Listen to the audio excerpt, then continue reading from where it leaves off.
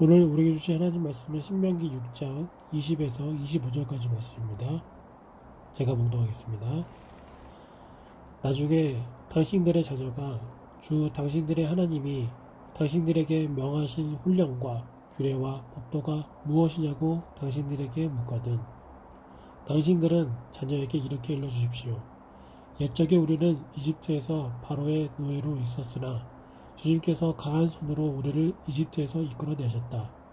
그때에 주님께서는 우리가 보는 데서 놀라운 기적과 기이한 일로 이집트의 바로와 그의 온 집안을 치셨다. 주님께서는 우리를 거기에서 이끌어내시고 우리의 조상에게 맹세하신 대로 이 땅으로 우리를 데려오시고 이 땅을 우리에게 주셨다. 주님께서 우리에게 이 모든 규례를 명하여 지키게 하시고 주 우리의 하나님을 경외하게 하셨다. 우리가 그렇게만 하면 오늘처럼 주님께서 언제나 우리를 지키시고 우리가 잘 살게 하여 주실 것이다. 우리가 주 우리의 하나님 앞에서 그가 우리에게 명하신 대로 이 모든 명령을 충실하게 지키면 그것이 우리의 의로움이 될 것이다. 아멘. 사랑하는 여러분, 이제 며칠 있으면 성탄절입니다. 이 성탄절은 우리의 구원자 예수 그리스도께서 이 땅에 오신 이 놀라운 역사를 기념하며 감사하는 날이지요. 이 성탄절 외에도 많은 기념일들이 있습니다. 광복절, 3.1절, 한글날 등등 어떤 사건이나 의미를 잊지 않기 위해서 기억하자며 기념일로 정하고 지내는 것입니다. 이 이스라엘 민족에게도 절대로 잊어서는 안 되고 또 그 의미를 꼭 기억해야 하는 그런 사건이 있었습니다. 바로 출애굽이지요. 하나님께서 이스라엘 일가를 가뭄의 굶주림을 피하기 위해 애굽에서 살게 하셨습니다. 이스라엘은 애굽에서 400년의 시간을 지내며 번성하여 큰 민족이 되었습니다. 하지만 바로의 미움을 사 이스라엘 민족은 노예살을 하게 되었고 이 고통 가운데 신음하게 되었습니다. 하나님은 그런 이스라엘을 기억하시고 모세를 보내어 구원하시고 자유민이 되게 하셨습니다. 하나님은 이스라엘 백성에게 시내산에서 하나님의 백성으로 살 수 있는 율법을 주시고 약속의 땅 가나안으로 인도하셨습니다. 모세는 이 놀라운 일을 하나님의 역사를 대대손손 전수해야 했습니다. 모세와 함께 출애굽을 경험한 세대는 상관없지만은 이 새로운 땅 가나안에서 태어나고 자란 세대는 이 출애굽 사건이나 하나님의 율법의 중요성 같은 것을 그 어미함을 경홀하게 소홀하게 여길 수 있었기 때문입니다. 이 모세는 이스라엘 백성 자손들이 주 당신들의 하나님이 당신들에게 명하신 훈령과 규례와 법도가 무엇이냐고 묻는다면은 하나님께서 행하신 놀라운 역사를 가르치라고 말합니다. 하나님의 역사는 애굽에서 종살이했던 때부터 시작되지요.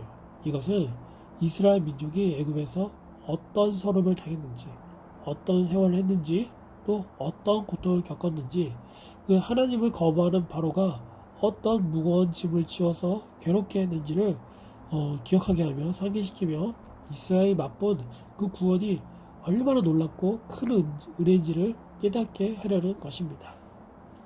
하나님의 구원하심이 없었다면 이스라엘 민족은 절대로 애굽 종살이에서 벗어날 수 없었습니다.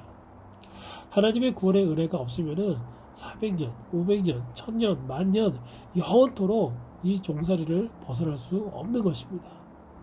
하나님의 구원은 당연한 것이 아니지요. 이스라엘은 이것을 절대 잊지 않고 꼭 기억해야 하는 것입니다. 모세는 이스라엘 후손들이 하나님의 구원의 은혜를 잊지 않도록 하나님께서 어떻게 이스라엘에게 역사하셨는지 출애굽 사건을 가르치라는 것입니다. 하나님의 구원은 실제했습니다. 그리고 실제하고 있습니다. 모세는 주님께서 우리가 보는 데서 놀라운 기적과 기이한 일로 바로와 그의 온 집안을 찾았다고 말하지 않습니까? 하나님의 은혜는 생생하게 눈에 보이고 체험하는 것입니다. 하나님은 이스라엘 민족에게 초자연적인 사건을 통해서 각인시키셨습니다. 하나님은 나일강을 피로 변하게 하셨고 각종 동물과 곤충들로 애굽을 괴롭히셨고 또 모든 집안의 장자의 생명을 거두며 또 바다를 갈라 수백만 명의 이스라엘 생명을 구원하시는 그런 것들을 직접 체험케 하셨습니다. 사랑하는 여러분, 우리는 얼마나 하나님의 은혜를 생생하게 체험하고 또 기억하고 있습니까? 도저히 헤어나올 수 없었던 것 같은 그런 어둠과도 같았던 시절, 나를 위로하시고 건져내 주신 그 주님을 기억하십니까? 삶 가운데 무수히 많은 셀 수 없는 은혜의 순간들을 마주할 때마다 기뻐했던 그 순간들을 기억하십니까? 하나님이 어느새 희미해지고 감사의 이유도 잃어버린 것은 아닌가요? 우리는 주님을 기억해야 합니다. 주님께서 우리의 삶에 들어오시고 우리를 품어주시고 함께 걸어가시는 그 은혜를 기억해야 하는 것입니다. 우리가 자주 하는 실수가 앞으로 받을 은혜만을 간구하는 것입니다. 이 문제를 해결해 주세요. 나를 만나 주세요. 위로해 주세요. 함께 해 주세요. 이런 모든 간구는 앞으로 있을 은혜에 대한 갈망입니다. 그러나 더욱 중요한 것은 바로 내가 경험한 은혜입니다. 내가 맛보았던 하나님의 사랑을 기억하는 것이 더욱 중요한 것입니다. 왜냐하면 은혜의 기억이 바로 감사의 원천이기 때문인 것입니다. 내가 계속해서 하나님을 잊지 않으려고 하나님을 기억하라고 애를 쓸 때 그때 감사가 터져 나옵니다. 오늘 지금 당장 내 주변에 감사할 거리가 없어도 은혜의 기억으로 말미암아 우리는 언제나 감사의 찬송을 부를 수가 있습니다. 하나님의 은혜를 기억하고 감사하는 우리 모두가 되기를 주님의 이름으로 소망합니다. 하나님은 선순환의 법칙을 따르는 분입니다. 우리가 과거에 하나님께서 베푸신 그 은혜를 기억하며 지금 이 순간 하나님을 경외하고 주님의 말씀대로 온전히 순종하며 살아갈 때 우리의 삶에 더 큰 복을 부어주십니다.